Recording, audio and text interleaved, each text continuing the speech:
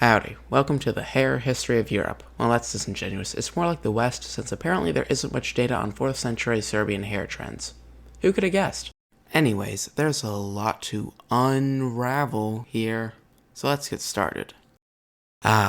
Ancient Greece, my favorite openly pedophilic civilization.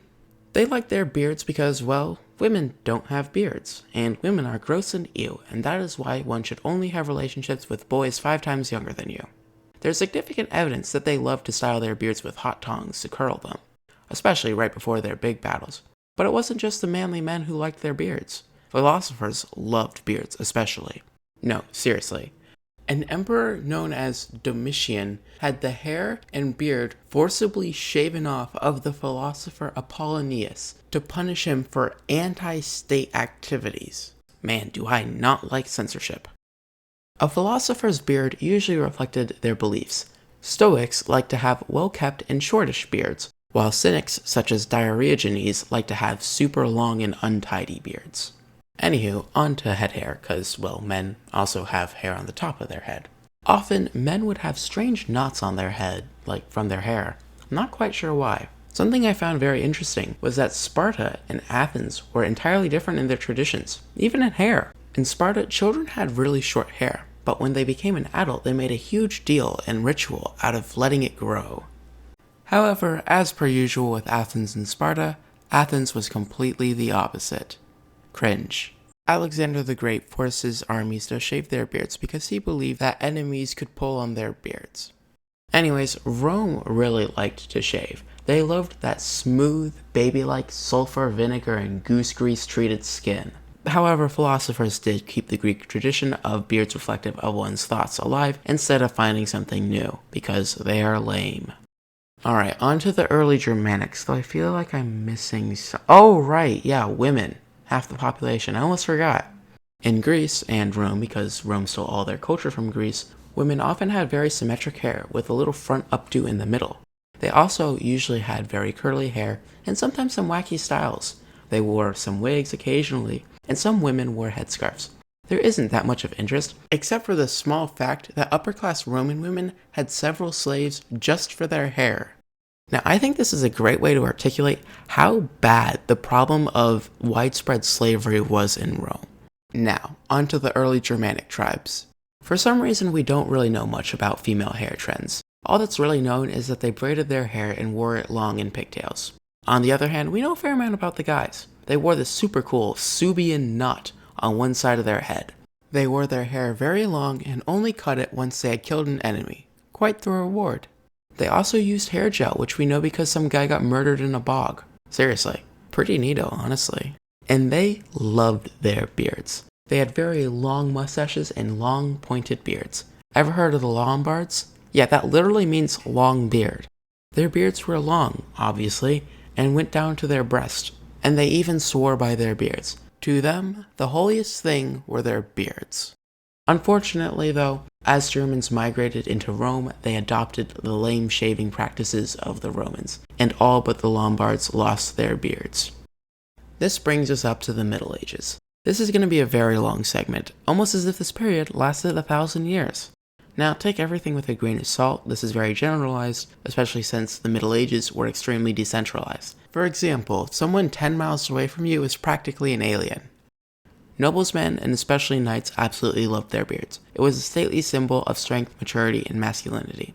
Holding or cutting someone else's beard warranted literal castration, and who knows what they would do to female offenders.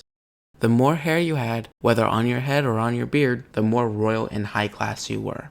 Thus, Charlemagne looked like this.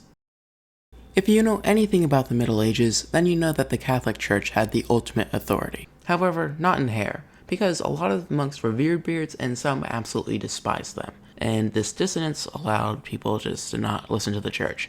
But if you were a priest, you had to be clean shaven and have a tonsure cut. No idea what I'm talking about? Yeah, it's this thing. I want to vomit. Through the 5th and 10th centuries, knights had this very stereotypical, longish, glorious hair that went down to their shoulders. In the 500s, men started slowly lengthening their beards, from small tufts to full-fledged beards. Now, for women, as you can imagine, long hair was quite annoying to deal with on the farms. However, hair was a symbol of femininity, so what do? Well, they used ribbons and braids to bind their hair and move it to where they wanted out of the way. Initially, they would put the band and braids in the front, but after a few centuries, particularly in England, women started putting it behind them. Naturally, some girls couldn't grow long hair, so they wore wigs. But the church really didn't like that, because wigs were obviously a sign of the cardinal sin pride. How dare people do such a horrible thing, affirm their gender? How could they treat body dysmorphia? So what would women do in response? Well, literally nothing. They just kept wearing the wigs. Also something to note, women shaving their body hair is by no means a new thing. In the Middle Ages, women would shave their body hair because apparently crusaders liked it that way. Anyways, as long hair was a symbol of femininity, it also became a symbol of sexuality. So women were forced to cover it up as they became married. They usually did this by making it into a ponytail and then braiding that into a bun. Particularly in the 12th century, women often wove in false hair extensions to make their hair go down to the floor while standing. Hair modifications like dyes were also pretty popular, especially in Scandinavia. Bleaching was also relatively common because blonde hair was highly sought after. In the late 12th century, hair coverings got relatively ornate and designed. Wimples and barbettes got very popular. A few decades later, the Princess Leia haircut, or crispinet, became pretty popular, though it had to be veiled because it was hair. And everybody knows that hair is the embodiment of lust. Back to men. Until the 12th century, beards were usually pointed. Then, in urban centers around 1200, everyone cut off their beards, but farmers kept some rounded beards. There was the occasional fad of a small beard here and there, but nothing too notable. But then in the 1400s, essentially men became universally clean-shaven. They had bowl cuts or hair down to their shoulders. But the real trend was hats! Men would wear a beret, small brims, no brims, wide brims around the coif, a bicoat low, crowned with no brims, brims up on the side, low crown, wide brims, or even tall crown too. And that's just a few. But not just hats, they had hoods as well, such as lure-pipe hoods. They often went down to the neck or the collar, or just were hoods. Yeah, I'm so good at singing. Anyways, the color of the hats were interestingly only really scarlet. Around this time, women wore head coverings such as hennins, or just usually stuff that had a lot of jewels on them and were elaborately made. The Renaissance was not just a revival of culture, but also beards. Beards got real big. Some examples of this would be the Spanish spade beard, the stiletto beard, the English square beard, and the forked beard. Head hair also got pretty long. There was also in Ireland this large trend of a cut called a glib, which I think looks interesting. At this time, in conservative Catholic areas, women wore calls and coifs. However, in Protestant areas, women started to free their hair, quite dastardly, though hats were still pretty popular. Queen Elizabeth popularized heart-shaped hats called attaffets, and Anne Boleyn popularized the French hood.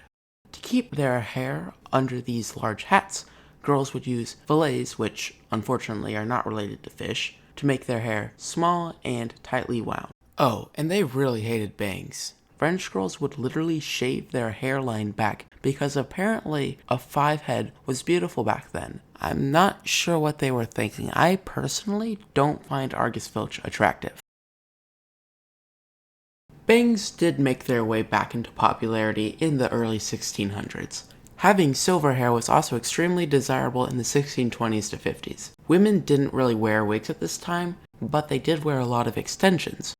Long locks of hair were so sought after by wealthy women that it became an extremely productive money-making method for poor women to basically just every now and then cut off their hair and supply it to these wealthy women because good hair was extremely expensive. In the cities, men had smaller beards, mustaches, or goatees. In the 1650s, men began adopting the Van Dyke style, but it died out by the end of the century, with men being clean-shaven. Simultaneously, Peter the Great of Russia was becoming infatuated with the West, so he implemented a beard tax to make Russian men look like Western men, and by doing so, he effectively cut off all their beards. Not cool. One may ask how men were supposed to peacock themselves now without beards. Well, wigs. They were powdered and used to show off the wealth and cover up syphilis-caused balding. They were a pretty big mainstay and didn't really change much, except in the 1770s when macaroni was born. Basically, as English boys would go to Italy and tour it and also sleep with a bunch of women, they would try to be as fashionable as possible to attract as many women as possible. So they wore these massive macaroni wigs, and not made out of that macaroni, of course. The macaroni trend was also immortalized in the song Yankee Doodle, with the feather in his cap called it Macaroni Line being a classist jab at Americans by the British. The trend was pretty short-lived, and the dominant macaroni hair now are these cute pangoos. Still, wigs would last a bit longer after that, with white hair being very trendy. However, of course, in the French Revolution, with wigs being a sign of the aristocracy, they were phased out quite quickly.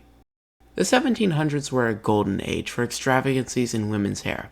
À cause d'une femme, Marie Antoinette.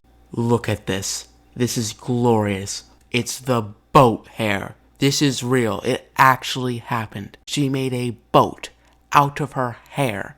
This is crazy. I cannot get over this. This happened. This is real. She made a boat out of her hair. So Antoinette, she popularized the poof style. As you may expect, such hair poofs. Women would create huge updos lasting 2 weeks without washing their hair. But Antoinette, of course due to hygienic reasons, would have a new one every day. Often her hair was so tall that plumes would need to be removed so that she could fit in carriages. Her hair was the work of a guy named Léonard Attier, who sculpted her hair to tremendous skyscrapers. To do this, stylists would need hours. They created thin metal frames to structure the shape and a triangle pillow for support. They also enlisted the help of greases such as pomade and used fake hair. Lastly, they would style and curl it, and then powder it. Et voila, you'd have an extremely extravagant hairstyle. Hairstylists would become traveling businessmen, traveling from town to town soliciting their hairstyling services to wealthy aristocratic women. I loved researching the Victorian era part of this video for 2 reasons. One, it is extremely well documented and easy to research. And also I could ask my dad about this because he lived through it. He's very old, don't tell him I said that. And also because of how absolutely glorious hair was in this time.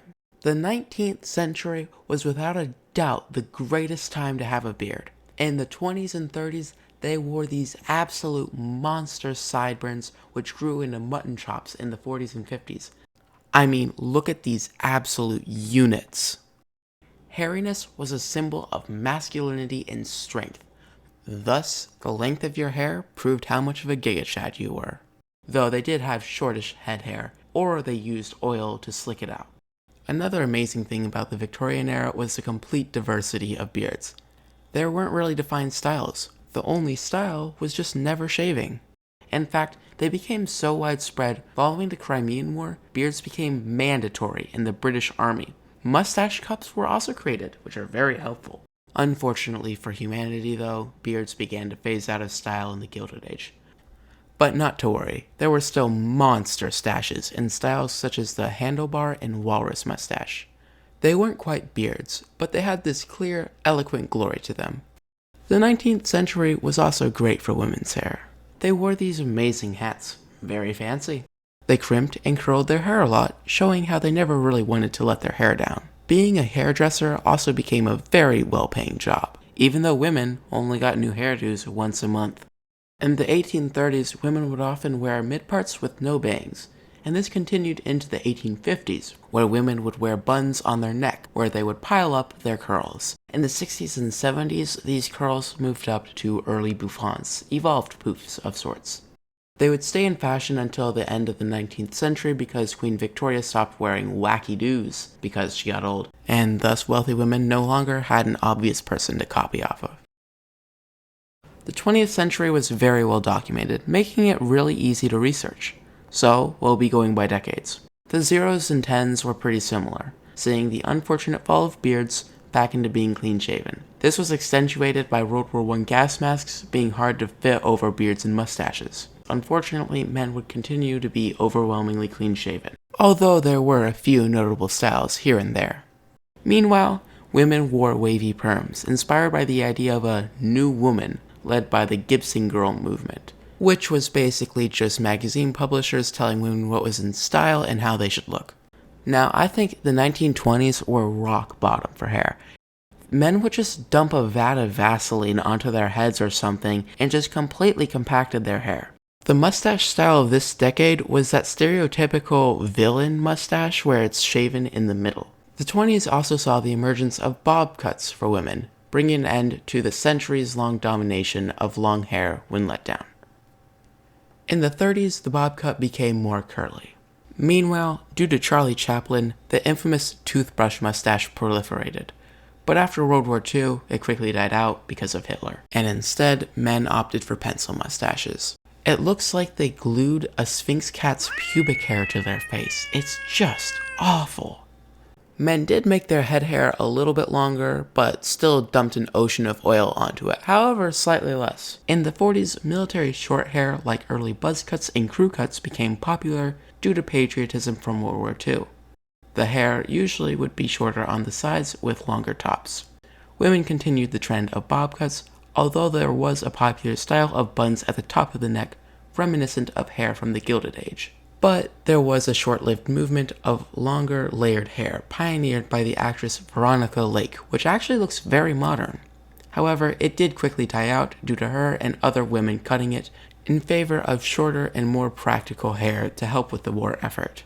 Now the 50s are where hairstyles for men changed drastically, mostly due to Elvis. The pompadour and ducktail hairstyles became all the rage.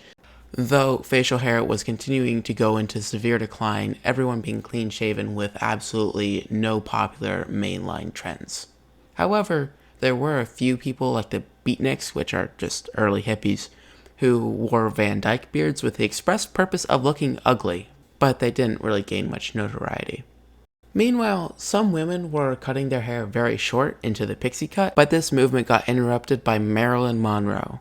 Her hair was almost universally adopted by women in the 50s, ergo the stereotypical 1950s women's haircut, which was really just a bob with some bouffant elements. During the 60s, men would continue to be overwhelmingly clean-shaven, partly due to Gillette marketing, which infiltrated all forms of media, convincing men it was ideal to be clean-shaven and blah blah blah, corporatism, let's move on. In the 60s, new musicians were on the block. They were called the Beatles. You might have heard of them. And because of them, men often wore shaggy mop tops and bowl cuts. Around this time, white women wore their hair in a sort of beehive style, while African American women notably started rocking afros. Then the 70s rolled in. Finally, beards started rising again. Although initially only really due to the hippie movement, beards did become mainstream. Hulk Hogan had a very notable horseshoe mustache, which had a little surge but it didn't really gain too much traction among non-bikers. Women also started having long hair again. Hippies let it flow down, but most women tailored their haircuts to be very big and feathery, having large centers where the hair parted. In the 80s, there were two big styles for young women, either wearing large frizzy hair or ponytails bound by scrunchies. However, old women would wear full-on bouffants. A lot of old geezers absolutely loved the chevron mustache, which brought back many elements of large mustaches which dominated a century prior. White men almost universally adopted the dreaded mullet. Disgusting, terrible, just awful. And beards didn't really do very well in the 80s because the hair was concentrated on the wrong side of the head. African American men, on the other hand, wore high tops, which evolved in the 90s to shaving in tram lines. The 90s had a pretty interesting juxtaposition of hair. White guys either had a heartthrob or bullish haircut, or they had super crazy spiky updos and goatees, with some men wearing the Caesar cut. The 90s are when female hair became almost indistinguishable from modern hair, dominated by flowing layers and highlight dyeing. In the 2000s, the emo movement had some momentum, with girls dyeing their hair black and guys having 5 o'clock shadows and those classic Minecraft skin haircuts. And hey, now we're at the modern day.